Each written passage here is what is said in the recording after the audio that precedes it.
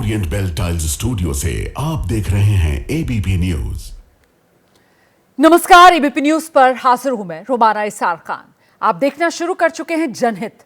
अगले 1 घंटे में हम आपको उन तमाम खबरों से रूबरू कराएंगे जिनमें एक जागरूक नागरिक और दर्शक के तौर पर आपकी दिलचस्पी है। सबसे पहले एबीपी न्यूज के दर्शकों को रामनवमी की बहुत बहुत बधाई। रामचरितमानस की एक चौपाई है, जा पर कृपा राम की होई, ता पर कृपा करहीं सब कोई। तो राम की कृपा से आज क्या खास हुआ है जनहित पे, वही आपको दिखाएंगे। प्रधानमंत्री नरेंद्र मोदी आज रामेश्वरम में थे, जहां उन्होंने नए पंबन ब्रिज का उद्घाटन किया। प्रधानमंत्री के रामनवमी पर रामेश्वरम में होने के और क्या मायने हैं, ये बताएंगे आगे। रामनवमी पर आज अयोध्या में रामलला के दर्शन के लिए भारी भीड़ थी। अपने मंदिर में विराजने के बाद रामलला का आज दूसरी बार सूर्य तिलक हुआ। कितना भव्य दृश्य था, ये भी आपको दिखाएंगे आगे। और संयोग देखिए आप, आज रामनवमी के दिन ही भारतीय जनता पार्टी का बर्थडे भी है। बीजेपी आज 45 साल की हो गई। 45 साल में बीजेपी के दुनिया की सबसे बड़ी पार्टी बनने की कहानी भी आगे दिखाएंगे आपको। तो शुरुआत रामेश्वरम से करते हैं, जहां भगवान राम ने समुद्र से प्रार्थना की थी, लंका जाने का रास्ता मांगा था और जहां से लंका तक सेतु बांधा था। आज प्रधानमंत्री नरेंद्र मोदी आसमान के रास्ते उसी राम सेतु को देखते हुए श्रीलंका से लौटे और रामेश्वरम पहुंच गए। रामेश्वरम पहुंचकर प्रधानमंत्री नरेंद्र मोदी ने राजकाज भी किया और रामकाज भी किया। राजकाज मतलब सरकारी काम। प्रधानमंत्री नरेंद्र मोदी ने पंबन ब्रिज समेत कई परियोजनाओं का उद्घाटन किया। रामकाज मतलब रामनवमी पर विशेष पूजा, जो उन्होंने रामनाथ स्वामी मंदिर में की। जिस समुद्र पर पंबन ब्रिज बना है, उसका भी भगवान राम से गहरा नाता है और जिस मंदिर में प्रधानमंत्री ने पूजा की, उसका भी जुड़ाव श्री राम से है। प्रधानमंत्री के आज के राजकाज और रामकाज में क्या संबंध है, उन्होंने रामेश्वरम को ही क्यों चुना, इसके अर्थ आपको बताएंगे। प्रधानमंत्री जब श्रीलंका से तमिलनाडु की यात्रा पर थे, अपने विमान में समुद्र के ऊपर थे, उस समय घड़ी में दोपहर के 12 बज रहे थे। ये वो लम्हा था जब अयोध्या में भव्य राम मंदिर में रामलला का सूर्य तिलक हो रहा था। जिस समय भगवान राम के ललाट पर सूर्य की लालिमा तिलक कर रही थी, उसी समय प्रधानमंत्री ने ये वीडियो साझा किया और इसके साथ उन्होंने लिखा, आज रामनवमी के पावन अवसर पर श्रीलंका से वापस आते समय आकाश से राम सेतु के दिव्य दर्शन हुए। ईश्वरीय संयोग से मैं जिस समय राम सेतु के दर्शन कर रहा था, उसी समय मुझे अयोध्या में रामलला के सूर्य तिलक के दर्शन का भी सौभाग्य मिला। मेरी प्रार्थना है हम सभी पर प्रभु श्री राम की कृपा बनी रहे। जी, तो ये वही राम सेतु है जो भगवान राम ने लंका तक पहुंचने के लिए नल नील और वानरों की मदद से बनाया था, जिस पर किसी वक्त देश की राजनीति गरमाई थी, जिसके अस्तित्व पर सवाल उठाते हुए राजनीतिक चरित्रों ने भगवान राम को काल्पनिक तक बता दिया था। प्रधानमंत्री ने तमिलनाडु की धरती पर जब कदम रखा तो रामनवमी की शुभ घड़ी में सबसे पहले पंबन रेल पुल का उद्घाटन पीएम ने किया। पंबन रेल ब्रिज देश का पहला वर्टिकल लिफ्ट समुद्री पुल है। रामेश्वरम का ये नया पंबन पुल भारत के बुनियादी ढांचे के विकास में मील का पत्थर। इसके प्रधानमंत्री ने रामेश्वरम तांबरम एक्सप्रेस और भारतीय कोस्ट गार्ड के समुद्री जहाज को हरी झंडी यहां से दिखाई। इस मौके पर प्रधानमंत्री ने पुल की खासियत को बेहद करीब से देखा। वैज्ञानिक और आध्यात्मिक दोनों ही दृष्टि से ये जो पुल है वो बेहद अहम है। रामायण के मुताबिक राम सेतु का निर्माण रामेश्वरम के पास धनुषकोडी से शुरू हुआ था। रामेश्वरम में ही 12 ज्योतिर्लिंगों में से एक रामेश्वर महादेव का मंदिर है, जहां साल भर शिव भक्तों की भीड़ लगी रहती है। पंबन का ये पुल रामेश्वरम को देश के बाकी हिस्सों से जोड़ता है। वैसे तो अंग्रेजों के जमाने में ही साल 1914 में पुराने पंबन पुल का यहां निर्माण हुआ था, लेकिन अब ये नया पुल कई मायनों में ये बेहद खास है। मोदी सरकार ने 2019 में नए पंबन पुल को मंजूरी दी। इसे 700 करोड़ रुपए से अधिक की लागत से बनाया गया। इसकी लंबाई करीब 2 किलोमीटर से ज्यादा है। इसमें 99 स्पैन है। 72.5 मीटर का वर्टिकल लिफ्ट स्पैन है, जो 17 मीटर की ऊंचाई तक उठ जाता है। इससे बिना किसी रुकावट के ऊपर ट्रेनों और नीचे जो पानी के जहाज हैं, उनकी आवाजाही होती है। ये पुल पुराने पुल से 3 मीटर ऊंचा है। पुल को मजबूत और टिकाऊ बनाने के लिए हाई क्वालिटी स्टेनलेस स्टील का इसमें इस्तेमाल किया गया है। जंग से बचाने के लिए इस पर विशेष कोटिंग की गई है। भविष्य की मांग के लिहाज से इस पुल पर डबल रेलवे ट्रैक है। पंबन ब्रिज भारतीय इंजीनियरिंग कौशल की एक अनूठी मिसाल तो है ही, मोदी सरकार के संकल्प का भी ये पुल एक सबूत है। क्योंकि मोदी अक्सर कहते हैं कि वो जिस काम का शिलान्यास करते हैं उसका उद्घाटन भी वही करते हैं। तो पंबन पुल के उद्घाटन के बाद प्रधानमंत्री रामनाथ स्वामी मंदिर पहुंचे। यहां मोदी ने पारंपरिक वेष्टी यानी धोती, शर्ट और अंगवस्त्रम के साथ मंदिर में प्रवेश किया। मंदिर पहुंचने पर पुजारियों ने उनका स्वागत किया। इसके बाद प्रधानमंत्री ने विधि विधान से यहां पूजा पाठ किया। रामनाथ स्वामी मंदिर का भगवान राम से गहरा नाता है। रामनाथ स्वामी भगवान शिव का ही एक रूप। मान्यता है कि इस मंदिर में शिवलिंग की स्थापना और पूजा श्री राम और माता सीता ने की थी। ये जो मंदिर है अपनी सुंदर वास्तुकला के लिए भी दुनिया भर में जाना जाता है। इस मंदिर और भगवान रामनाथ स्वामी में प्रधानमंत्री की गहरी आस्था है। पिछले साल 22 जनवरी को अयोध्या में राम मंदिर का उद्घाटन हुआ था और उससे पहले भी प्रधानमंत्री नरेंद्र मोदी यहां पहुंचे थे। उन्होंने 11 दिन का विशेष अनुष्ठान किया था। प्रधानमंत्री उन मंदिरों में गए थे जिनका रामायण में जिक्र है, जिनका भगवान राम से जुड़ाव माना जाता है। और प्रधानमंत्री ने पिछले साल रामनाथ स्वामी मंदिर में मौजूद विशेष तीर्थों के जल से स्नान किया था, पूजा की थी, रामायण पाठ में हिस्सा लिया था, भजन संध्या में भी हिस्सा लिया था यहां प्रधानमंत्री ने। तो जैसा कि मैंने आपको शुरू में ही बताया था, प्रधानमंत्री ने तमिलनाडु में राजकाज और रामकाज दोनों किए। अब इसे प्रधानमंत्री नरेंद्र मोदी की जुबानी ही सुनिए।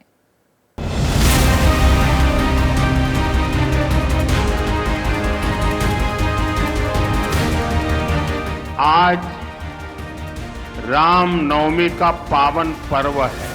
अयोध्या में भव्य राम मंदिर में रामलला का सूर्य की किरणों ने भव्य तिलक किया है। भगवान श्री राम का जीवन, उनके राज्य से मिलने वाली सुशासन की प्रेरणा राष्ट्र निर्माण का बड़ा आधार है। आज रामनवमी है, मेरे साथ बोलिए जय श्री राम, जय श्री राम, जय श्री राम। आप नॉर्थ में देखेंगे तो जम्मू कश्मीर में चिनाब ब्रिज बना है। वेस्ट में जाएंगे तो मुंबई में सी ब्रिज, अटल सेतु बना है। ईस्ट में जाएंगे तो असम के बोगीबील ब्रिज के दर्शन होंगे और साउथ में आते हैं, पंबन ब्रिज का निर्माण पूरा हुआ है। जय श्री राम। प्रधानमंत्री ने आज रामेश्वरम से तमिलनाडु में 8,300 करोड़ रुपए की विकास परियोजनाओं का शुभारंभ किया। इनमें कई रेल और रोड प्रोजेक्ट्स शामिल हैं। इसके बाद उन्होंने बीते 11 साल में तमिलनाडु के लिए जो काम किए वो भी गिनवाए। प्रधानमंत्री ने बताया कि आयुष्मान योजना के तहत तमिलनाडु में 1 करोड़ से ज्यादा इलाज अब तक हो चुके हैं। इससे तमिलनाडु के इन परिवारों के 8,000 करोड़ रुपयों की बचत हुई। इस राज्य में 1400 से ज्यादा जन औषधि केंद्र हैं, जहां 80% डिस्काउंट पर दवाएं मिलती हैं। प्रधानमंत्री के मुताबिक इन सस्ती दवाओं से तमिलनाडु के लोगों की 700 करोड़ रुपए की बचत हुई है और साथ ही तमिलनाडु को 11 नए मेडिकल कॉलेजेस की सौगात मिली है। इस मौके पर प्रधानमंत्री मोदी ने प्रधानमंत्री किसान सम्मान निधि के तहत तमिलनाडु के किसानों को मिले पैसे का भी हिसाब दिया। उन्होंने बताया कि अब तक तमिलनाडु के किसानों को केंद्र सरकार 12,000 करोड़ रुपए दे चुकी है। वहीं पीएम फसल बीमा स्कीम से 14,800 करोड़ रुपए किसानों को क्लेम मिल चुका है। लेकिन जब प्रधानमंत्री ये सब कुछ बता रहे थे तब तमिलनाडु के मुख्यमंत्री स्टालिन मंच पर नहीं थे। स्टालिन उस वक्त नीलगिरी में थे, जहां उन्होंने केंद्र की मोदी सरकार पर तमिलनाडु से भेदभाव का आरोप लगाया। स्टालिन ने परिसीमन का मुद्दा फिर से उठाया। बीजेपी पर परिसीमन की आड़ में तमिलनाडु की लोकसभा सीटें घटाने की कोशिश का आरोप दोहराया। स्टालिन लगातार शिक्षा नीति का भी विरोध कर रहे हैं और तमिलनाडु पर हिंदी केंद्र थोपना चाहता है, ये आरोप लगा रहे हैं। கூட்டு நடவடிக்கை குழுவை मैं प्रधानमंत्री मोदी से पूछना चाहता हूं, आपको तमिलनाडु के लोगों के लिए एक निष्पक्ष सरकार स्थापित करनी होगी। आपको तमिलनाडु में एक दृढ़ भाषा स्थापित करनी होगी, जिससे कि दक्षिण भारत जैसे राज्य जिन्होंने लोगों का समर्थन बनाया है वो अपनी सीटें नहीं खोएंगे। इसके लिए आपको नेशनल असेंबली में राजनीतिक सुधार लागू करना होगा। ये सिर्फ सीटों की संख्या की चिंता नहीं है, ये हमारी शक्ति, अधिकारों और भविष्य की चिंता है। जब प्रधानमंत्री सहित 40 सांसद हैं, तो वो नेशनल असेंबली में तमिलनाडु की आवाज को कुचल रहे हैं। अगर आज वो कम हो जाए तो वो तमिलनाडु को नष्ट कर देंगे, इसे कुचल देंगे। हालांकि मोदी सरकार साफ कर चुकी है कि परिसीमन में किसी भी राज्य की मौजूदा लोकसभा सीटों में कोई कटौती नहीं होगी। ये बात गृहमंत्री अमित शाह खुद कह चुके हैं। इतना ही नहीं, हिंदी थोपने की कोशिश के आरोप पर भी केंद्र सरकार साफ साफ कह चुकी है कि नई राष्ट्रीय शिक्षा नीति में ऐसा कुछ है ही नहीं। इसमें बच्चों को 3 भाषा सिखाने का सुझाव है, जिसमें एक मातृभाषा है, दूसरी अन्य भारतीय भाषा और तीसरी अंतर्राष्ट्रीय भाषा। इसका मतलब यह कि तमिलनाडु के बच्चे तमिल के अलावा कोई भी दूसरी भारतीय भाषा पढ़ सकते हैं। उनके लिए हिंदी की अनिवार्यता नहीं है, जबकि तीसरी अंतर्राष्ट्रीय भाषा के तौर पर अंग्रेजी या कोई अन्य भाषा हो सकती है। लेकिन तमिलनाडु की द्रविड़ राजनीति में हिंदी विरोध का पुराना इतिहास रहा। वहां सिर्फ तमिल और अंग्रेजी ही पढ़ाई जाती है। गौर करने वाली बात यह भी है कि तमिलनाडु में अगले साल विधानसभा चुनाव है। ऐसे में स्टालिन हिंदी और परिसीमन के मुद्दे को हवा दे रहे हैं। लेकिन तमिलनाडु की धरती से ही आज प्रधानमंत्री ने उनके हर सवाल का जवाब दिया।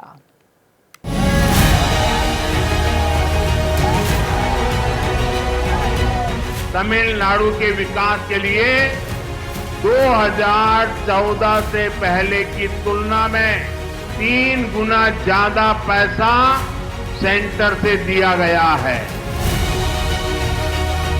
कुछ लोगों को बिना कारण रोते रहने की आदत है। 2014 से पहले रेल प्रोजेक्ट के लिए ओनली 900 करोड़ रुपीज ही मिलते थे। और आपको पता है उस समय इंडियन ऑयल के मुख्य कर्ता धर्ता कौन थे? कई राज्यों ने मातृभाषा में डॉक्टरी की शिक्षा आरंभ की है। मैं भी तमिलनाडु सरकार से आग्रह करूंगा कि वे तमिल भाषा में डॉक्टरी के कोर्सेज चालू करें। तमिलनाडु के कुछ नेताओं की चिट्ठियां जब मेरे पास आती है, अरे तमिल का गौरव हो, मैं सबसे कहूंगा कम से कम तमिल भाषा में अपनी सिग्नेचर तो करो।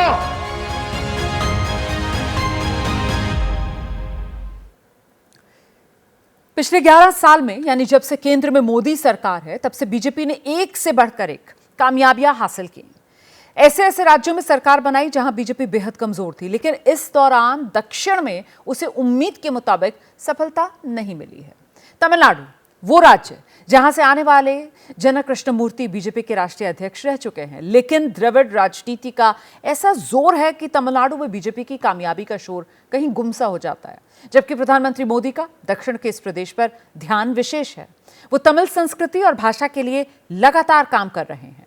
उन्हीं की वजह से तमिल काशी संगमम और तमिल सौराष्ट्र संगमम जैसे सांस्कृतिक कार्यक्रम शुरू हो पाए। लेकिन अब तक इसका कोई खास सियासी चुनावी फायदा बीजेपी को नहीं मिला। 2024 के लोकसभा चुनाव में पूरा जोर लगाने के बावजूद तमिलनाडु में बीजेपी का खाता तक नहीं खुला। ऐसे में आइए अब आपको 2014 से अब तक तमिलनाडु में हुए चुनाव में बीजेपी के वोट का अंक गणित विस्तार से बताते हैं। 2014 के लोकसभा चुनाव में बीजेपी को यहां 1 सीट मिली, वोट शेयर 5.6%। 2016 विधानसभा चुनाव, पार्टी का खाता नहीं खुला, वोट मिले 2.8%।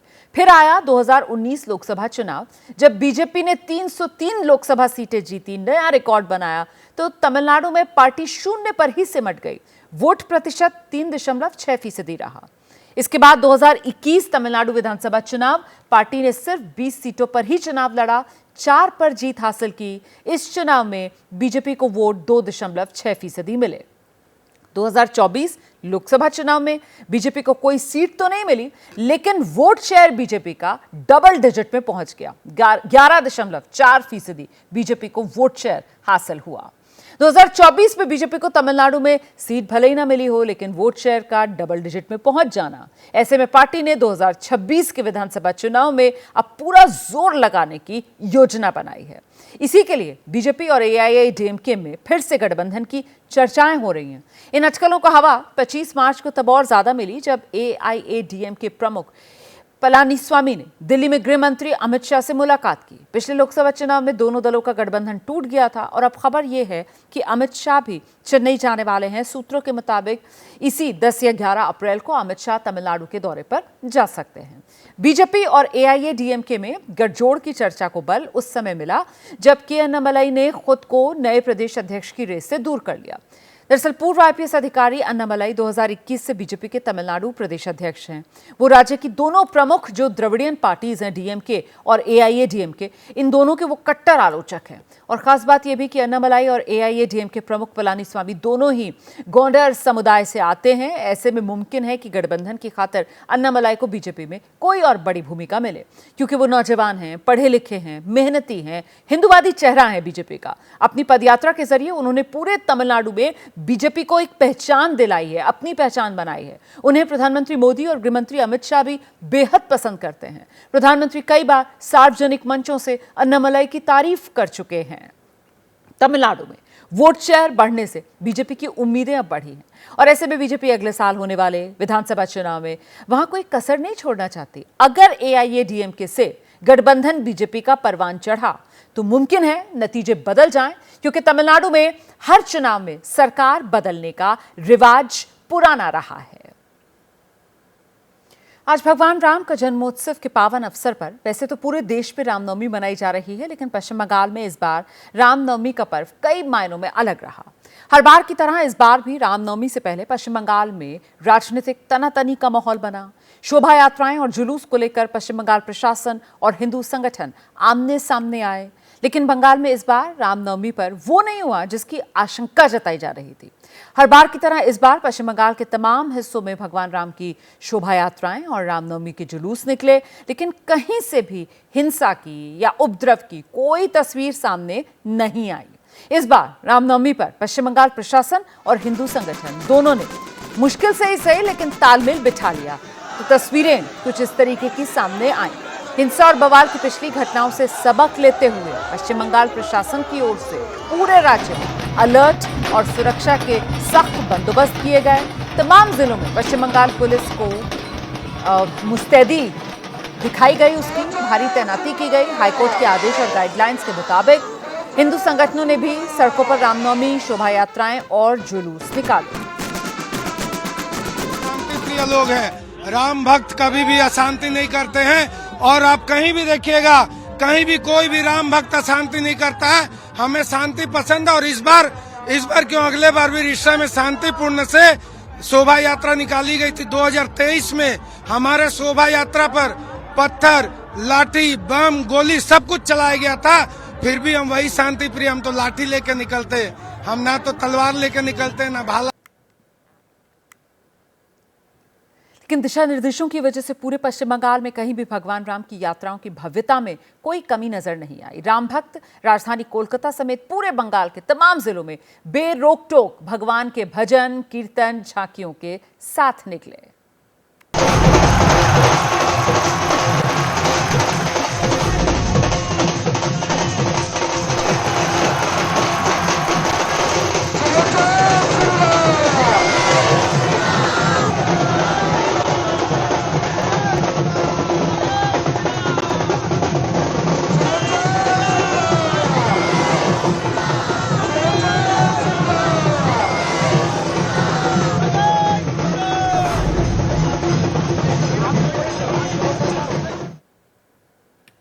कुल मिलाकर मर्यादा पुरुषोत्तम राम की जन्मोत्सव पर पश्चिम बंगाल में इस बार मर्यादा बनी रही, लेकिन अब की बार रामनवमी पर एक तस्वीर और साफ हो गई कि पश्चिम बंगाल में अब राम का नाम राम से भी बड़ा हो चुका है।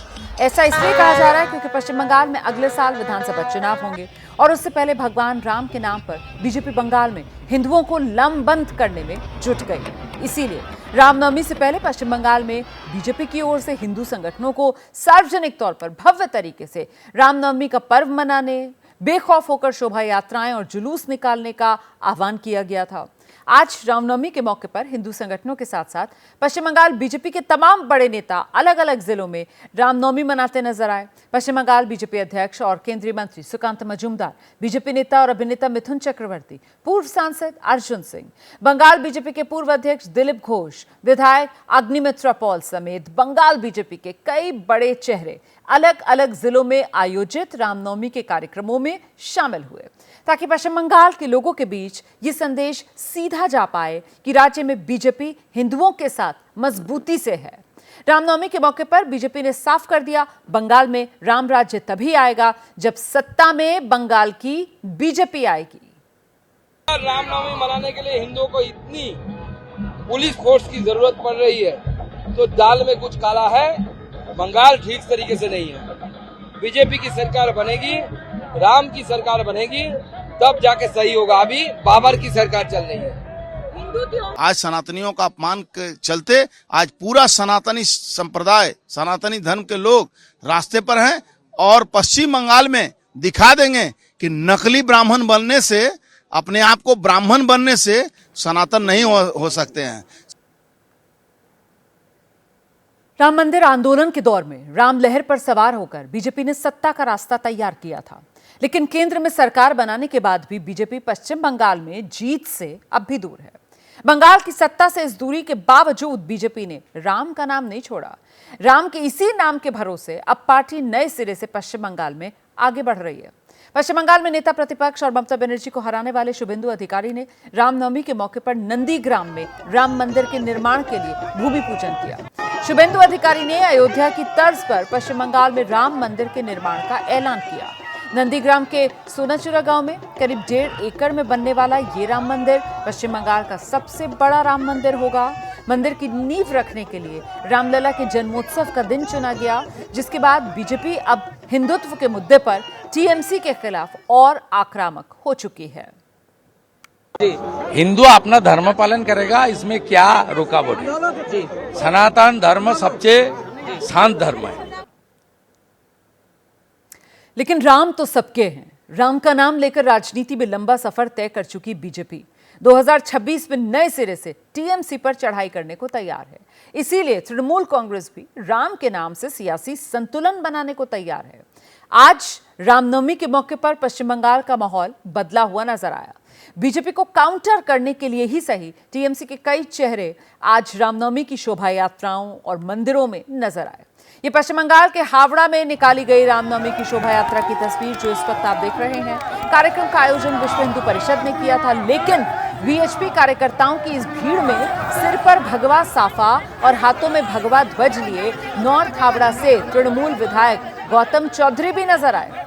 भगवान राम के नारे लगाए। रामनवमी जुलूस में शामिल होने के सवाल पर टीएमसी विधायक गौतम चौधरी ने कहा, भगवान राम सबके हैं और ममता बनर्जी की सरकार भी सबके लिए है। भगवान कोई पॉलिटिकल पार्टी का नहीं है, भगवान है हम लोग का। हम लोग डेवलपमेंट का काम करते हैं जो ममता बनर्जी करते हैं। भगवान कोई पॉलिटिकल पार्टी का नहीं है। वहीं कोलकाता में एक रामनवमी के जुलूस में टीएमसी के नेता कुणाल घोष शामिल हुए और उनके साथ बड़ी संख्या में मुस्लिम समाज के लोग रामनवमी के जुलूस में मौजूद थे। ये रामनवमी जुलूस पार्टी के यूथ विंग की ओर से निकाला गया, जिसे टीएमसी नेता ने सांप्रदायिक सौहार्द का ममता मॉडल बताया। राम जी का पूजा और भाजपा वो एक नहीं है। बहुत राम जी का पूजा हो रहा है, वो लोग एंटी भाजपा है। बहुत रामनवमी का जुलूस है, वो एंटी भाजपा है। तो ये तो चिराचरित है। संसद में जोरदार ढंग से ममता की पार्टी का पक्ष रखने वाले सांसद कल्याण बनर्जी रामनवमी के मौके पर राम भक्त हनुमान के मंदिर में थे। दर्शन और पूजा पाठ के बाद कल्याण बनर्जी मंदिर से बाहर आए, बीजेपी को नकली हिंदू बताया। टीएमसी हर देवी देवता और हर धर्म का सम्मान करती है, ये बात कही। बीजेपी कह रही है कि अच्छा है टीएमसी राम की शरण में अब आ गई है। पूजा लेकर हम लोग पॉलिटिक्स करते नहीं है। बीजेपी पे का माफी, हम लोग पूजा करते हैं, सबको पूजा करता है। हनुमान जी का पूजा करते हैं, दुर्गा जी का पूजा करते हैं, शिव जी का पूजा करता है, राम जी का पूजा करता है, सीता जी माँ का पूजा करता है। वो लोग तो कुछ नहीं है। वो लोग हिंदू का भी वोट नहीं मिलता है। जो हिंदू नहीं है, जो नकली हिंदू है, उनका वोट मिलता है, असली हिंदू का वोट उनको नहीं मिलता है। अच्छा है, बहुत जगह उन लोगों ने राम का शरण में आ गए हैं। हम हटाने वाले कौन है? राम से बैर करने से अपने आप हट जाएंगे, तो वो होगा, लेकिन उनको समझ में आ गया है। आज पश्चिम बंगाल की जादवपुर यूनिवर्सिटी में भी रामनवमी मनाई गई। यूनिवर्सिटी प्रशासन की ओर से छात्रों को रामनवमी मनाने की मंजूरी पहले नहीं दी गई थी, लेकिन परमिशन ना होने के बावजूद छात्र संगठन एबीवीपी ने यूनिवर्सिटी कैंपस में रामनवमी के कार्यक्रम का आयोजन किया। छात्रों ने पहले यूनिवर्सिटी एडमिनिस्ट्रेशन से कैंपस में रामनवमी पूजा की इजाजत मांगी, लेकिन वीसी की गैर मौजूदगी का हवाला देते हुए कार्यक्रम की मंजूरी नहीं दी गई, तो छात्रों ने बिना परमिशन के ही रामनवमी की पूजा की। छात्रों का कहना था कि जब यूनिवर्सिटी में बाकी सभी त्योहार कार्यक्रम बेरोक टोक होते हैं, तो फिर रामनवमी मनाने पर रोक नहीं लगाई जा सकती है। और अब बीजेपी यानी भारतीय जनता पार्टी की जरा बात करेंगे विस्तार से, जो राम जी की कृपा से आज 45 साल की हो गई है। आज बीजेपी का बर्थडे है। जैसे आम लोग पार्टी करके केक काटकर अपना बर्थडे सेलिब्रेट करते हैं, वैसे ही भारतीय जनता पार्टी ने भी देश भर में अपने बर्थडे की पार्टी की है। अपने संघर्ष के दिनों को और पुराने साथियों को याद किया, अपनी उपलब्धियों को याद किया कि कितने बड़े काम उसने कर लिए, और रोड मैप आगे के लिए क्या है वो बताया कि कौन कौन से बड़े काम करना अभी बाकी है। देखिए, 6 अप्रैल 1980 वो तारीख जब बीजेपी का गठन हुआ, और बीजेपी बनने के 6 महीने बाद इसका पहला अधिवेशन मुंबई में हुआ। तब पार्टी के पहले अध्यक्ष अटल बिहारी वाजपेयी ने मंच से जो कहा था वो आपको सुनाते हैं। भारत के पश्चिमी घाट को मंडित करने वाले महासागर के किनारे खड़े होकर मैं ये भविष्यवाणी करने का साहस करता हूं, अंधेरा छटेगा, सूरज निकलेगा, कमल खिलेगा। इसी मंच से वाजपेयी ने यह भी कहा था कि भाजपा का अध्यक्ष पद कोई अलंकार की वस्तु नहीं, ये पद नहीं दायित्व है, प्रतिष्ठा नहीं परीक्षा है, ये सम्मान नहीं चुनौती है। जनसंघ की दिया छोड़कर बीजेपी कमल का फूल लेकर आगे बढ़ी, तो पहला बड़ा इम्तिहान सामने आया 1984 का लोकसभा चुनाव। लेकिन इंदिरा गांधी की हत्या से राजीव गांधी के लिए सहानुभूति की जो लहर चली, उसमें बीजेपी पूरे देश में सिर्फ 2 सीटों पर सिमट कर रह गई। पर हताश नहीं बैठी। बीजेपी का बूम तब आया जब वो श्रीराम की शरण में गई। 90 का दशक था। 90 के दशक में राम मंदिर आंदोलन एक छत्र छाया, एक नायक ढूंढ रहा था। बीजेपी को भी एक बड़ा उद्देश्य चाहिए था, और दोनों एक दूसरे के पूरक या यूं कहें एक दूसरे की जरूरत बन गए। नतीजा 1989 में देखा, जब बोफोर्स से राजीव गांधी की सत्ता उड़ गई और लोकसभा में 85 सीटें जीतकर बीजेपी ने वीपी सिंह की सरकार बनवा दी। 2 सीटों से सीधे 85 सीट, और फिर यही हिंदुत्व का रथ बीजेपी को बहुत आगे लेकर गया। आडवाणी की गिरफ्तारी के बाद वीपी सिंह की सरकार गिर गई। चंद्रशेखर भी नहीं टिक पाए। कांग्रेस फिर 5 साल सत्ता में बैठी, लेकिन बीजेपी रुकी नहीं। 92 को बाबरी विध्वंस के बाद उसकी राज्य सरकारें बर्खास्त हुई, रथ फिर भी नहीं रुका। 1996 में बीजेपी 161 सीटें जीतकर सबसे बड़ी पार्टी बनी। अटल बिहारी वाजपेयी सिर्फ 13 दिन प्रधानमंत्री रहे। देश ने फिर से 2 शॉर्ट टर्म प्रधानमंत्री देखे। 1998 में फिर बीजेपी नंबर 1 बनी, लेकिन राजनीतिक अछूत का व्यवहार वही रहा बीजेपी के साथ। वाजपेयी को 13 महीने बाद फिर से पद छोड़ना पड़ा, लेकिन संकल्प बीजेपी का नहीं डगमगाया। हम अपने देश की सेवा के कार्य में जुटे रहेंगे। हम संख्या बल के सामने सर झुकाते हैं और आपको विश्वास दिलाते हैं कि जो कार्य हमने अपने हाथ में लिया है, वो जब तक राष्ट्रीय उद्देश्य पूरा नहीं कर लेंगे, तब तक विश्राम से नहीं बैठेंगे, तब तक आराम से नहीं बैठेंगे। अध्यक्ष महोदय, मैं अपना त्यागपत्र राष्ट्रपति महोदय को देने जा रहा हूं। और फिर आया साल 1999, जब देश ने अटल बिहारी वाजपेयी को तीसरा मौका दिया। पहली बार गैर कांग्रेसी सरकार ने 5 साल का कार्यकाल पूरा किया। तब लगा कि कांग्रेस गुम जाएगी, लेकिन इंडिया शाइनिंग का जो सपना था वो सपना रह गया। कांग्रेस ने लगातार फिर 2 बार 2004 में, 2009 में अपनी सरकार बनाई, लेकिन चिरैवती का मंत्र लेकर बीजेपी चलती रही, बढ़ती रही। और फिर साल 2014 के चुनाव नतीजे, मोदी का चेहरा बीजेपी ने आगे रखा और तस्वीर बीजेपी की बदल गई, तकदीर बीजेपी की बदल गई। 282 सीटें जीतकर पहली बार बीजेपी की पूर्ण बहुमत की सरकार देश में बनी। 2019 में मोदी की दूसरी और तूफानी जीत थी। 303 सीटें जीतकर मोदी ने वो किया जिसकी देश ने कल्पना ही छोड़ दी थी। जम्मू कश्मीर से धारा 370 हटा दी, राम मंदिर का रास्ता साफ हो गया, देश समान नागरिक संहिता की दिशा में बढ़ा। मोदी के ये 2 कार्यकाल न सिर्फ कड़े फैसलों के लिहाज से बड़े रहे, बल्कि इन्हीं 10 साल में बीजेपी को वो विस्तार मिला जो दुनिया में किसी राजनीतिक संगठन को अब तक नहीं मिला। बीजेपी इसी दौर में पूरी दुनिया की सबसे बड़ी पार्टी बन गई। इस समय बीजेपी के कार्यकर्ताओं की संख्या 13.5 करोड़ है। दूसरे नंबर पर कम्युनिस्ट पार्टी ऑफ चाइना है जिसके 9.5 करोड़ सदस्य हैं। तीसरे नंबर पर 4 करोड़ 80 लाख सदस्यों के साथ अमेरिका की डेमोक्रेटिक पार्टी है और चौथे नंबर पर 3 करोड़ 50 लाख सदस्यों के साथ अमेरिका की रिपब्लिकन पार्टी है। 5वें नंबर पर फिर भारतीय राष्ट्रीय कांग्रेस आती है जिसके 1 करोड़ 80 लाख सदस्य हैं।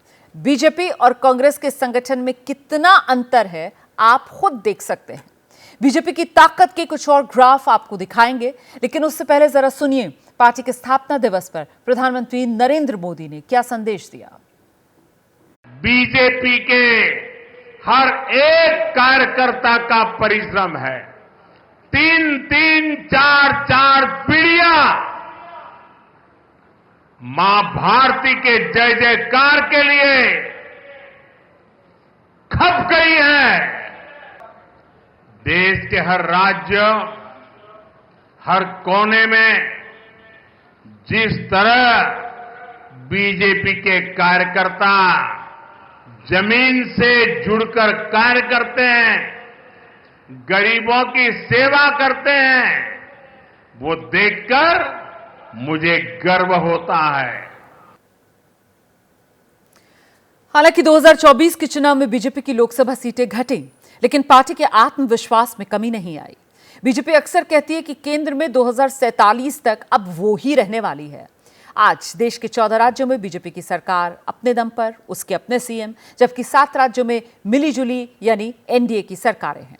देश के राजनीतिक नक्शे में इस वक्त 70% आबादी पर बीजेपी और उसके सहयोगी दलों का शासन है। देश की आबादी के सिर्फ 30% हिस्से पर विपक्ष की सरकारें हैं। देश के कुछ ही राज्य हैं जहां बीजेपी सत्ता में नहीं आ पाई, लेकिन उसका वोट बैंक और संगठन लगातार वहां पर भी बढ़ रहा है। बीजेपी दक्षिण के द्वार यानी कर्नाटक से आगे बढ़ी है, अब आंध्र में सत्ता की हिस्सेदार है, तेलंगाना में उसकी सीटें बढ़ी हैं, केरल में वोट शेयर बढ़ा है, बंगाल में सत्ता नहीं मिली लेकिन सीटें और कार्यकर्ता दोनों बढ़े हैं, पंजाब में भी बीजेपी का कैडर फैला है। हम नहीं, हमारे विरोधी भी पार्लियामेंट में भी जब भाषण देते हैं तो कहते हैं ये जो दुनिया की सबसे बड़ी पार्टी है, यानी the certificate is not given by us, it is given by them. वो कटाक्ष हमारे ऊपर जरूर करें, लेकिन वह भी इस अलंकार के साथ कहते हैं कि ये जो दुनिया की सबसे बड़ी पार्टी है। कई बार हमको देखना चाहिए कि हमारे विरोधी भी हमारी ताकत को किस तरीके से पहचानते हैं। हालांकि बीजेपी के विरोधी उसकी पार्टी विद डिफरेंस के दावे पर सवाल उठाते हैं, लेकिन फिर भी पार्टी का काम का तरीका अलग है। उदाहरण के तौर पर देखें, आज स्थापना दिवस पर जेपी नड्डा 98 साल की जनसंघ कार्यकर्ता और दिल्ली की पूर्व मेयर शकुंतला आर्य के घर पहुंचे, पार्टी को लेकर उनकी फीडबैक लिया, उनके घर पर बीजेपी का झंडा फहराया। और ये सिर्फ जेपी नड्डा ने नहीं किया, देश भर में बीजेपी नेताओं ने ऐसा ही कुछ किया। इसीलिए बीजेपी पूछने की स्थिति में है कि कोई और पार्टी ऐसे कनेक्ट करती है क्या। आगे बढ़ेंगे, अगली खबर का रुख करेंगे। वक्त हो गया है अब जनहित स्पेशल का, और आज अपनी स्पेशल रिपोर्ट में हम बात करने जा रहे हैं अमेरिका की। क्या अमेरिका डोनाल्ड ट्रंप को राष्ट्रपति बनवाकर अब पछता रहा है? जिस अमेरिका ने 3 महीने पहले ट्रंप को धूमधाम से राष्ट्रपति बनाया, वो अमेरिका गुस्से में है और ट्रंप के खिलाफ सड़कों पर जमा हो रहा है, क्योंकि उनके राष्ट्रपति के टैरिफ वाले फैसले ने अमेरिका के बाजार को क्रैश कर दिया है। निवेशकों के पैसे डूब रहे हैं, विदेशी सामान महंगा होने वाला है, और इस गुस्से में अमेरिका की जनता ट्रंप और मस्क को कोसने के लिए सड़कों पर उतर आई है।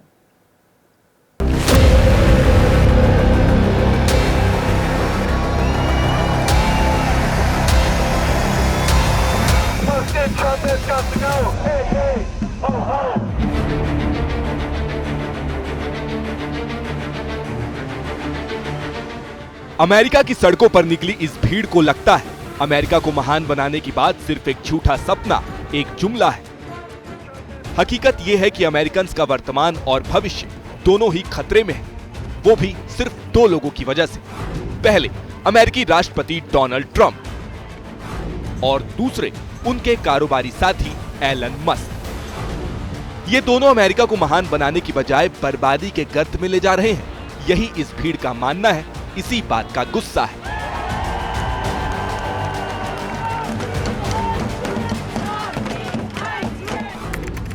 इस प्रदर्शन की आग 2 अप्रैल को भड़की, जब अमेरिका ने अपने ट्रेड पार्टनर्स देशों पर रेसिप्रोकल टैरिफ लगाने का ऐलान किया था। सुने तब ट्रंप ने कितनी बड़ी बातें कही थी। April 2nd, 2025 will forever be remembered as the day American industry was reborn, the day America's destiny was reclaimed, and the day that we began to make America wealthy again. लेकिन अब यही tariff Trump के लिए अपने पैर पर कुल्हाड़ी मारने जैसा फैसला साबित हो रहा है। टैरिफ से अमेरिका का नुकसान समझाएंगे, लेकिन पहले अमेरिकन्स का गुस्सा देखिए। चाहे वॉशिंगटन हो, बॉस्टन हो, शिकागो या फिर न्यूयॉर्क, जनता का हुजूम अपने राष्ट्रपति के खिलाफ सड़क पर निकल आया। हाथ में ट्रंप और मस्क के खिलाफ तख्तियां, बैनर थे। इन अमेरिकियों के लिए ट्रंप और एलन मस्क की जोड़ी बिल्कुल वैसे है जैसे करेला ऊपर से नीम चढ़ा। प्रदर्शनकारियों के नारे भी यही थे कि ये दोनों अमेरिका का सर्वनाश कर देंगे।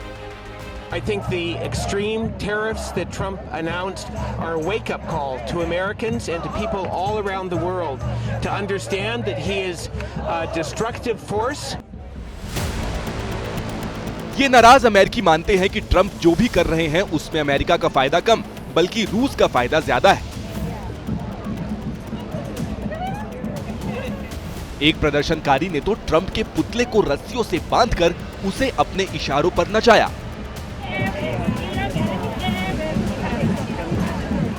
And he's got the perfect puppet in Trump. And so he's got Trump doing his dirty work by putting these tariffs. And the only point of these tariffs is just to disrupt our Western alliances. आपके मन में अब जरूर ये सवाल होगा कि जुमा कुछ महीनों पहले तो ट्रंप को इसी अमेरिका ने भारी बहुमत से चुना, राष्ट्रपति बनाया, फिर अचानक गुस्से की मात्रा कैसे बढ़ गई? तो इसका सीधा जवाब है ट्रंप का वो टैरिफ वॉर, जिसे लोगों को लगता है कि दूसरों को नहीं बल्कि अमेरिका को ही नुकसान है। सिंपल बात है, अमेरिका ने अगर दूसरे देशों पर टैरिफ लगाया है तो इसका मतलब उन देशों को अमेरिका में सामान बेचने के लिए सरकार को एक्स्ट्रा टैक्स देना होगा। इसकी भरपाई के लिए अमेरिका में विदेशी कंपनियों के सामान महंगे हो जाएंगे और सीधा असर अमेरिकी मिडिल क्लास पर पड़ेगा, उसका बजट बिगड़ेगा। और पिछले 10 दिन से चल रही अनंत अंबानी की पदयात्रा आज द्वारकाधीश मंदिर पहुंचकर खत्म हुई। इस मौके पर उनकी मां नीता अंबानी, उनकी पत्नी राधिका उनके साथ थीं। 9 अप्रैल को अनंत अंबानी का जन्मदिन है, उससे 3 दिन पहले उनकी यात्रा खत्म हुई है।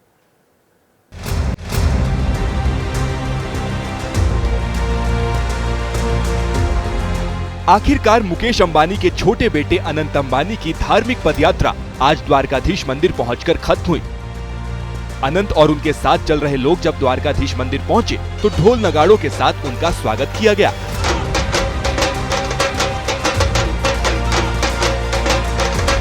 अपने 30वें जन्मदिन से 3 दिन पहले अनंत अंबानी ने सपरिवार द्वारकाधीश के दर्शन किए।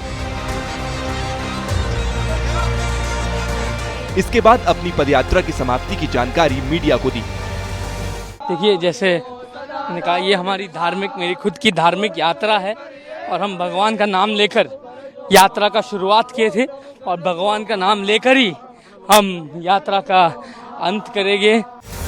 अनंत की पदयात्रा के आखिरी दिन उनकी पत्नी राधिका भी उनके साथ चलती दिखी। यात्रा पूरी होने के बाद राधिका ने बताया कि अनंत ने बहुत पहले ही इस पदयात्रा की योजना बना ली थी, जो आज संपन्न हो गई। अनंत की इच्छा थी कि शादी के बाद वो इधर चल के आएंगे हमारे घर से, जामनगर से, और बहुत साल से ये इच्छा थी, पर कोई साल नहीं हो पाया, कोई साल, और ये साल उन्होंने अपना मन लगा के ये कर दिखाया। अनंत अंबानी की मां नीता अंबानी भी बेटे बहू के साथ द्वारकाधीश मंदिर पहुंची। उन्होंने अपने बेटे की धार्मिक यात्रा में उनका साथ देने वाले हर व्यक्ति का धन्यवाद किया। Heart is full of joy and I seek blessings from everyone. For all the youngsters who have accompanied Anant for the last 10 days. Gujarat के जामनगर से निकले अनंत अंबानी ने 10 दिनों तक पदयात्रा की। 28 मार्च को जामनगर से निकले अनंत हर रोज 6 से 7 घंटे तक चलते थे और आखिरकार 170 किलोमीटर की पदयात्रा पूरी कर उन्होंने अपना लक्ष्य पा लिया। एबीपी न्यूज भी अनंत अंबानी की धार्मिक यात्रा का हिस्सा बना था, तब उन्होंने अपनी यात्रा की वजह बताई थी। लोग पूछ रहे हैं कि अनंत अंबानी को ऐसा क्या चाहिए कि वो पदयात्रा कर रहे हैं। बस मुझे एक आरती है, उसमें कहते हैं कि हम सबको भगवान के दिल में एक छोटा सा कोना चाहिए। मुझे भी बस भगवान के दिल में एक छोटा सा कोना ही चाहिए। अनंत अंबानी की पदयात्रा रामनवमी के दिन खत्म हुई। द्वारकाधीश मंदिर से अंबानी परिवार ने पूरे देश को रामनवमी की बधाई दी। और अब आज का जनहित मंत्र, जीवन में हार से कभी भी निराश ना हो, अपने प्रयास जारी रखें। सबसे खराब समय को झेलने वाला व्यक्ति सबसे अच्छे भविष्य का निर्माण करता है। तो जनहित में आज इतना ही।